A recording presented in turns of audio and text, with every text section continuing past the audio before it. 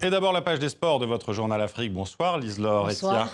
Et on commence par la finale de CAN des moins de 23 ans, Lise-Laure. Oui, alors l'affiche de cette finale, c'est Égypte-Côte d'Ivoire et c'est l'Égypte qui est devenue championne d'Afrique des moins de 23 ans.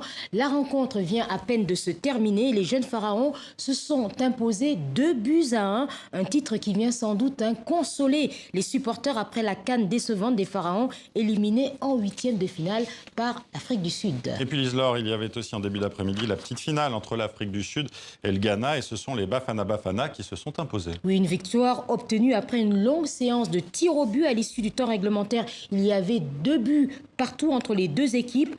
Menées par l'Afrique du Sud à 2 reprises, les Ghanéens étaient revenus au score. Les Bafana Bafana terminent donc troisième de cette CAN des moins de 23 ans et décrochent leur qualification pour les prochains Jeux Olympiques de Tokyo avec les 2 finalistes de ce tournoi, l'Égypte et la Côte d'Ivoire. Toujours en football, Lise-Laure, au Portugal, Moussa Marega est cette année le meilleur joueur de son club. Oui, l'attaquant malien de 28 ans vient d'être désigné meilleur joueur de l'année du FC Porto. Son bilan, 21 buts en 47 matchs, toutes compétitions confondues, dont 6 en Ligue des Champions.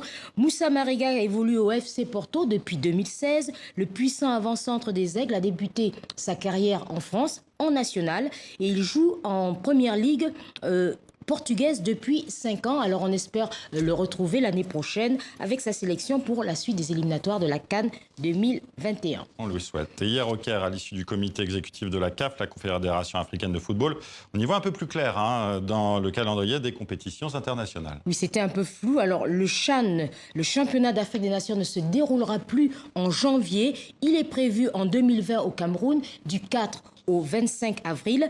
La prochaine édition de la Supercoupe CAF va encore se jouer sur un terrain neutre comme la précédente. Ce sera au Qatar le 14 février 2020.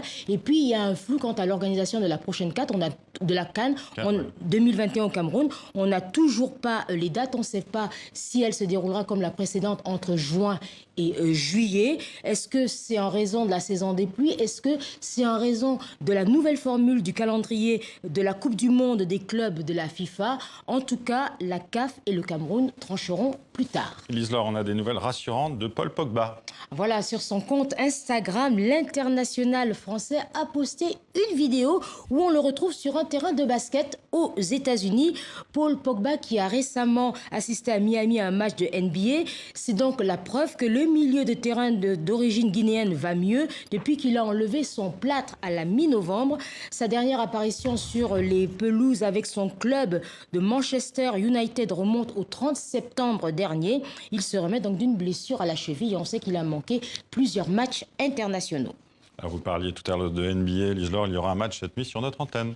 Oui, alors les amateurs de NBA pourront suivre en direct cette nuit à 3h35 GMT sur les antennes de TV5 Monde Afrique la rencontre entre les Rockets de Houston et les Clippers de Los Angeles.